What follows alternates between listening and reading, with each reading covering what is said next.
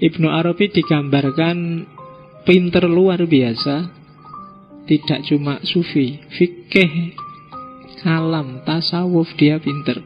Sehingga ada satu cerita, satu ketika dia naik kapal.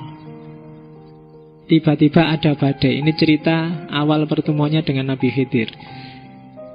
Tiba-tiba ada badai.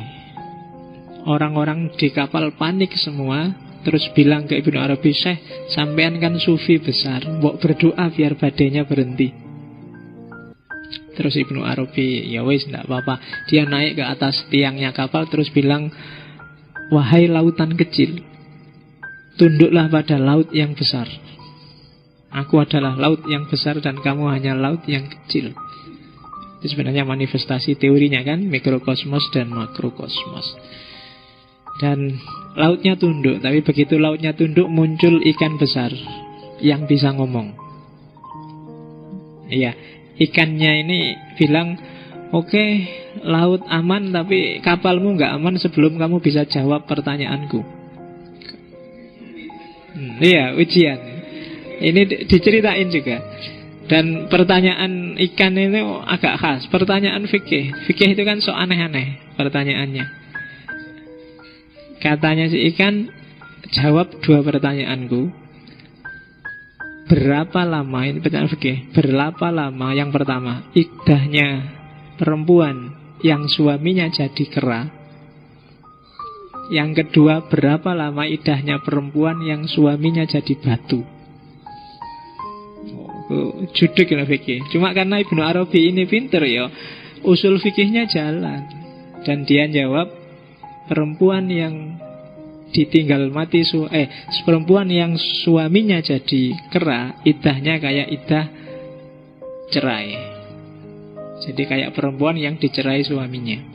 Karena begitu suaminya jadi kera kan otomatis talak jatuh. Karena nggak kompatibel laki-laki perempuan kok kawin sama kera. Berarti kan otomatis talaknya jatuh. Dan karena masih hidup ya kayak perempuan yang ditalak. Sementara perempuan yang suaminya jadi batu, ya iddahnya kayak mati. Jadi kayak yang suaminya mati. Jadi sesuai itu. Dan ikannya puas, akhirnya ikannya jadilah dia Nabi Khidir. Setelah itu Ibnu Arabi diajak uzlah, dan diantara gurunya Ibnu Arabi itu Nabi Khidir. Dia sebenarnya anaknya orang kaya, cuma karena sering kontroversi akhirnya dia sering bermasalah sama orang lain. Kadang sampai dipukuli, kadang sampai dipenjara. Dan terakhir kabarnya dia sakit karena dipukuli orang, yang pada akhirnya dia meninggal. Jadi satu ketika dia lewat di kerumunan orang-orang kaya, para pejabat yang sedang mengadakan pesta. Dia lewat di situ. Nah, pejabat yang sedang mabuk-mabukan pesta ini lihat Ibnu Arabi. Terus dipanggil Ibnu Arabi, Syekh, kesini, sampean kan sufi besar. Mbok tolong dijawab pertanyaanku. Tuhan itu ada di mana sih? Dan gitu. Terus Ibnu Arabi bilang, Tuhan yang kalian sembah-sembah itu sekarang ada di bawah kakiku. Ini orang-orang marah semua. Kurang ajar kamu, murtad yo, kafir yo. Dan dia dipukuli di situ.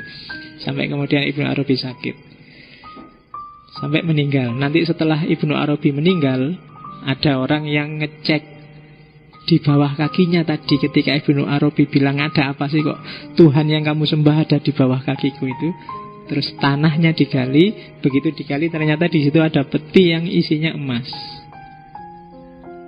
Nah, ya maksudnya para pejabat dan para orang-orang mabuk-mabuk itu kan sembahannya kan harta. Yang dia dewa-dewakan kan kekayaan.